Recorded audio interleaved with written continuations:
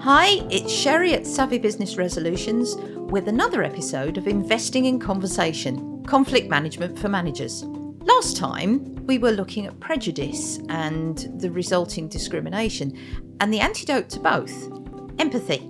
This time, I'll bust a myth, we'll hear my guest speaking from experience, and I'll give you a tip, all with the help of Professor Sophie Scott of the Institute of Cognitive Neuroscience at University College London. So what are we talking about? Well, talking. That brings me to this week's myth. More than half of every message is visual. If you've ever done any kind of communication training, you may well have come across the 738-55 rule.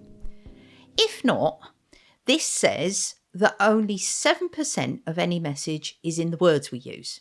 38% is in other elements of speech, pace, tone, volume, that kind of thing. And the remaining 55% is in expressions and body language. Except it doesn't. This is actually the most famous statement Professor Albert Mehrabian never made. The figures came out of two studies led by Professor Mehrabian in the late 1960s, and they've been confused, conflated and misquoted ever since. The professor himself said, unless the communicator's talking about their attitudes and feelings, these percentages are not applicable. And actually, even when they are, they only apply in very specific circumstances. When two people are face to face and there is a mismatch between what they say and what they do. Because as we know, actions speak louder than words, but in other situations, words shout. Actually, a few years ago, I came across a brilliant piece of research which suggested that sometimes when we think we're reading faces, gathering objective information, all we're really doing is projecting our own subjective feelings onto someone else. What happened was an audience was asked to watch an actor in various scenarios. They were told what the scenario was and they were asked to read that person's facial expressions. And they came up with sadness, thoughtful, all sorts of things. But as it turned out, the actor themselves did not change their expression once. The audience was seeing what they expected to see, probably helped along by empathy for the circumstances they were told the actor was portraying. Now, when it comes to the 738-55 rule, such as it is, I'll be honest with you, when I first moved from law into communication, I fell for it. I mean, it's a great headline, isn't it? But the trouble with headlines is they're only really there to grab attention. They don't tell the full story and sometimes they're misleading. As I said in the intro, my guest on this programme is Professor Sophie Scott. I made contact with her after I heard her being interviewed on Radio 4's The Life Scientific. I was doing a lot of communication research at that time and her subject slotted straight into that. But really it was the way she talked about it that made me pick up the phone and say, do you fancy being part of a podcast? And luckily for me, she said, yeah, sure. A lot of her work is centred around how our brains control speech production and perception. So when we sat down together at UCL, I started by asking her, what are our voices actually saying about us? I mean, what can people pick up when we start talking? Your age, whether you're a man or a woman or male or female, a good stab at your health, your mood, your socioeconomic status, where you come from in the UK, and other sorts of geographical influences on your voice. That's all there, and people will both decode that and make assumptions about you based on it. How accurate is it? It can be wildly inaccurate. So it's not at all unusual for broadcasters to look very unlike what people think they're going to look like based on their voice, because we read all this stuff into it. David Beckham is a very good example, particularly when he was younger. Yeah. You know, when he starts talking, and started talking, he's got this really, have you seen Victoria kind of voice, and you think that's a real mismatch there between what he looks like and how he sounds. Yes. So there's no guarantee that the two things will be, you know, synonymous, and it applies to all sorts of other things. The other thing is, what would you want the accuracy to be? Because you're Because again, speaking is something that we do. Now, some of the stuff that influences that, we can't do much about it. So That's women's voices slowly drop over their lifespan. For men, it's much more varied, but a lot of men's voices rise in pitch as they get older because the atrophy of the vocal cords. So they can't do much about that. Speech is so complex, so flexible, and so personal. I'd argue it's a strong candidate for the most powerful communication tool we have. Even before technology let us talk to almost anyone, anywhere at any time, it had the power to create and escalate conflicts, as well as to manage them. Even today, international conflicts can start as wars of words and be ended by peace talks.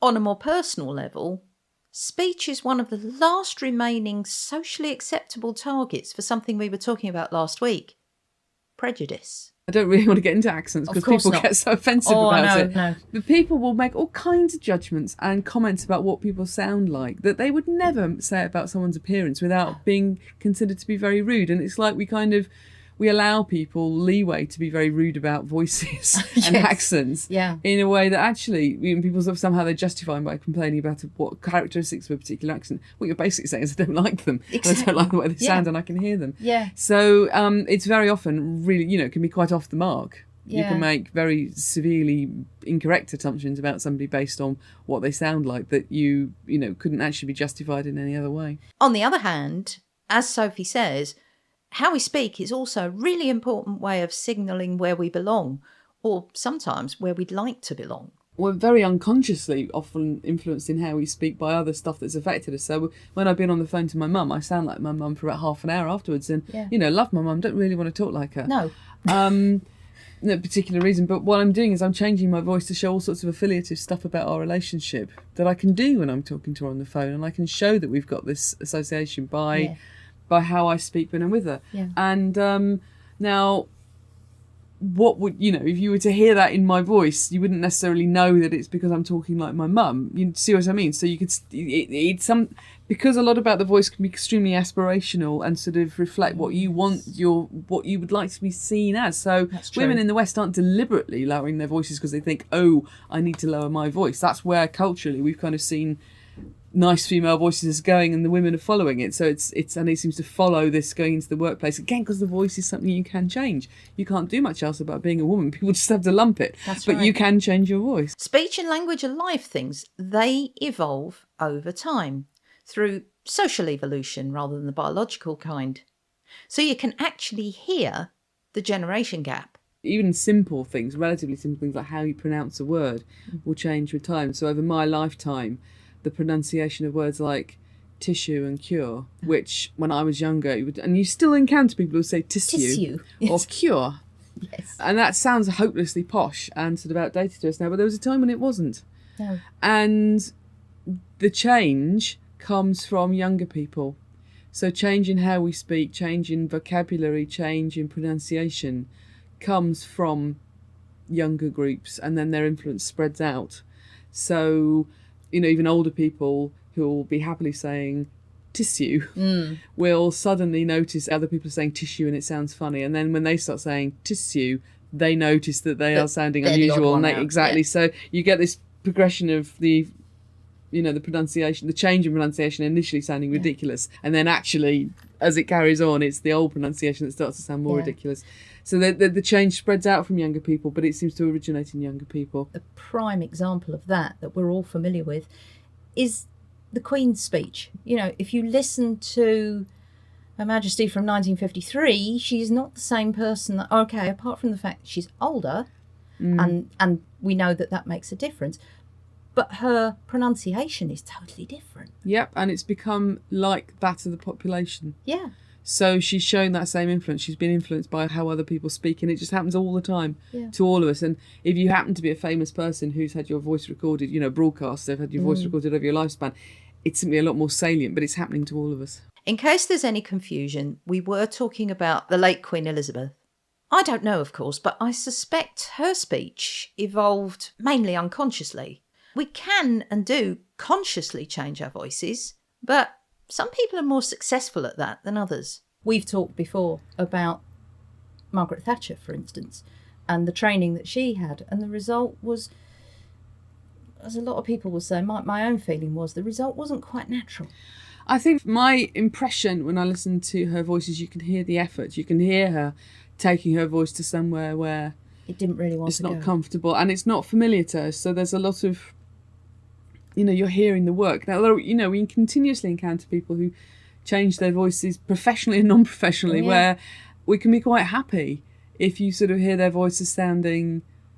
If you don't hear that effort, then we're quite happy with somebody clearly speaking in a different way. So we enjoy hearing professional impressionists do impressions of people. Oh, sure. We know that that's not how they normally talk, but they are skilled enough that we don't hear the effort. So I think there's something about that kind of being able to inhabit your voice in a way that sounds confident and right. As if it belongs to you. So, yeah, and if you can kind of own it, then I think you'll be okay. I think, no matter what it is that you're trying to change about your voice, if your effort in doing that is audible to people, then they will kind of pick up on that. The point of all this, for our purposes, is that we pay an awful lot of attention to each other's speech, sometimes much more than we're aware of. Now, when I say the 7:38:55 rule is a myth, I'm not in any sense reducing the importance of body language and expressions. Those are the oldest forms of communication we have. And sometimes, yes, they do make up more than half of a message. The point I'm making is it's not more than half of every message. And what this belief has done over the years, it's caused people, even professional communicators, educators, you name it, it's caused them to underestimate the power of speech. And when you do that, you create obstacles which lead to conflict, and also you obscure opportunities for dealing with it. Our voices connect us on a level that text just can't. And that's not only through the spoken word. The other thing Sophie and I talked about was her work on laughter. As you'll hear, she's actually put her money where her mouth is on this one. If you ask humans what makes you laugh, you ask adult humans, they'll talk about jokes and humour. If you actually look at when people laugh, they laugh when they're with other people. So you're 30 times more likely to laugh if you're with somebody else than if you're on your own. It's a social behaviour. That's why it's so hard to laugh at a comedy show when you're sitting there watching by yourself. Yes, and you will, even somebody else being there will make you laugh more. And if you like that person, you'll laugh even more. It's an interesting behaviour and one about which a lot of our perceptions I think are wrong. So in fact, as I say, most laughter actually happens in the world in conversation. You laugh most when you're talking to people, but you'll laugh more if you know or like those people.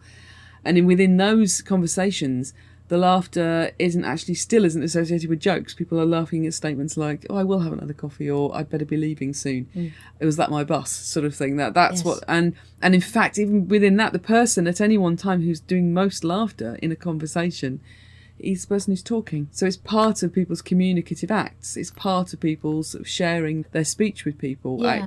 Laughter is a really important part of that. We think of it as being reactive. We wait for somebody to do or say something and then we laugh. Yeah. But actually, most of the time, we're laughing most when we're talking. Right. That's probably going to be completely unexpected to most people. Yeah. It's not how we... as I say, our cultural model of laughter is sitting down watching somebody who tells a joke and you laugh at it. Yeah. And that does happen. I'm not saying that doesn't happen, but in fact, the majority of laughter, much more frequently, you're laughing when you're talking to people. Even people you don't know that you're talking to on the phone, there can still be a lot of laughter. Yes. I've just realised how much I do it when I'm on the phone. Yeah. There's something sometimes a bit vulnerable about people when they're in the throes of laughter. They are. When lots of other animals laugh, and they laugh in a very similar way to us. So chimpanzee laughter is, very, very similar to human laughter. It's recognisable, isn't it, as laughter to us? One thing that seems to be different is we seem to be able to get overwhelmed by laughter. When people are really, really helpless with laughter, if a tiger came in, there would be the briefest period where they wouldn't be able to do very much about being consumed. Yes. And I don't have I have to tell you now, I don't know why that is, and we still don't know why that is, but there's some sort of, one of the things that happens for humans when we laugh is it changes our muscle control, and that does seem to render us helpless. Oh, I've been there. Oh, yeah. You'll get things in children like giggle incontinence where lose control of their bladder because of this weakness, it seems. Yeah. It's quite a profound effect, and we don't really understand enough about the reasons for this being something that can happen, but it definitely is we're rendered helpless by laughter, or can be in a way. But we can't be rendered helpless by disgust. No. Or, No, we don't. You know, even crying, actually, you don't get in that helpless state where you couldn't move. Yeah. No, you don't. But laughter does it to you. Yeah. And there's something about the expression that you have when it's complete spontaneous laughter. It's almost like you're opening yourself up. But that's what you're doing with your laughter. I think you're Yes. kind of offering that sort of... Yeah, you're saying, this is me, this is just And I mean, me you know, as I am. harm. Robert Provine has said at its heart, laughter is essentially a sign saying, I mean you no harm, I've got no ill intent towards you. Yeah, Everything about this interaction is positive. yeah. Of course, laughter can exclude, Yep. can't it? As long as if you're being laughed at, then all of these things can be true, and it's still horrible because if you are not being included in the laughter, you are being laughed at from the laughter. So yeah. Yes, yeah. So that's not so good. No. Now, you've managed to find the humour in neuroscience, haven't you? UCL does this thing called Bright Club where they get their academics to do stand-up comedy specifically as a public engagement activity. And I remember when I first heard about it, I thought, why would you do that? You know, that's just awful. And then one of my senior male colleagues said, I did it, Sophie, and I was absolutely brilliant, you know. Have you done it? And I thought, anything you can do, I can do better. Don't ask me. And it is very interesting. I think from a public engagement perspective, it's an extremely good activity for scientists because it makes you think very differently about what you do. Yes. But it's also, in terms of the laughter research, made me pay a lot more attention to how comedians sort of work with audiences to help them laugh. And I think that's something, again, I'd like to know a lot more about. But if you think about natural laughter, wild type laughter as being something that happens in conversation, yes. I'm interested in how much of that is still there for somebody who's on stage trying to make you laugh. Because, you know, how much they kind of get you entrained with them. Yeah, because there is that sense of when you go to a show, there can be that sense of seeing people who sit there and go, go on then, make me laugh. Yeah. That's got to be a nightmare to be on the wrong end of that. Yeah. Awful. But does it destroy your appreciation of comedy with the fact that you're analysing this? No, it doesn't. It's made me a lot more aware about laughter generally. I pay a lot more attention to other people's laughter. But one of the nice things about laughter is when you're really laughing yourself, you can't do that. So no, that's true. It doesn't stop you enjoying it. I think I can say with a fair amount of confidence, no one was ever rendered helpless by reading LOL on a text. Normally at this point, I'd give you a tip.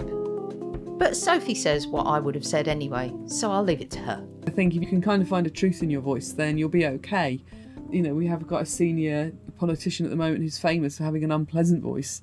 And I think one of the things that's interesting about his voice is he kind of shows that anxiety about his voice when he speaks. Yes. And I think that's really... And that makes the rest of us anxious. It makes extremely anxious listening to him. And I'm sure that, you know, I've met people who have, quotes, more unpleasant voices, but who are perfectly enjoyable to listen to because they have found a way of kind of just being comfortable in their voice. Yeah. And if you can be comfortable in your voice, I think people won't mind. Well, with the big proviso that if people are going to judge you, they're going to judge you, but there's nothing much you can do about that. That's true. All you can do is going to be comfortable in what you've got and use what you've got to your best ability in a way that makes you feel comfortable. And then if you can do that, then luckily you'll be all right. When I first did stand-up comedy with Bright Club, I thought, I'm looking forward to listening to that. You know, I knew it had been recorded. And I listened to it back and I thought, oh my God, I sound terrified. I sound terrified and like I'm from Blackburn, which I am originally. And all this stuff is in my voice. But it didn't seem to matter to the audience. Because I don't think at the time if at the time I thought, oh my God, I sound terrified, I probably would have got more caught up in it. You know, you did. I didn't notice at the time. And so it didn't seem to be as problematic as, you know, as it might have been. So yeah, I think that's... trying to be comfortable is a great skill. There really is only one way I can end this show. So my name's Sophie Scott and I'm a cognitive neuroscientist from University College London.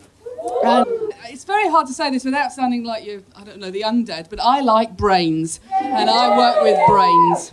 And I'm very lucky because I get to use a technique called functional magnetic resonance imaging to look at the brains. And this is essentially a technique that lets us look both at the structure of brains and look at the brains working.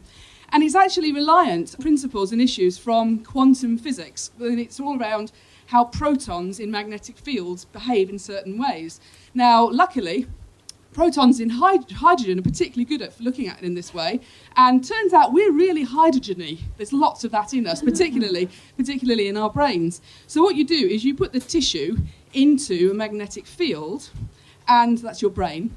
And the protons... they're spinning to start with. When you put them in a magnetic field, they all start to spin, precess, in phase.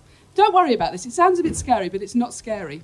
So they're all processing in phase. Now that is actually magnetising your brain. Again, sounds a bit scary. Don't worry, it's not. Then what you do is you take a radio frequency pulse and you ping that in, boop, and it makes all the precessions dip forward and come back again like that. Wobble forward, wobble back. Sounds scary. It really isn't scary. And because you change the magnetic field when you do this by this sort of angle of the magnetisation of the brain, you're able to pick this up by changes in the way that a current is induced in a coil going around the outside of your head. Sounds scary, really not scary. Now, if you've heard of radio frequency pulses before, it's because they're what happened in your microwave oven to cook your food. Now, that sounds a bit scary, and it's not, well, actually, no, it is really, really scary, and we're all over that shit. Seriously, we don't cook you. We do not cook you. It's rule number 1. You can watch the whole thing on YouTube. I'll put that link in the show notes as well. So it just remains for me to wish you a peaceful and productive week, and I'll talk to you next time. If you need help with any aspect of conflict management at work, come and talk to me. All my details are on the website, savvybusinessresolutions.com.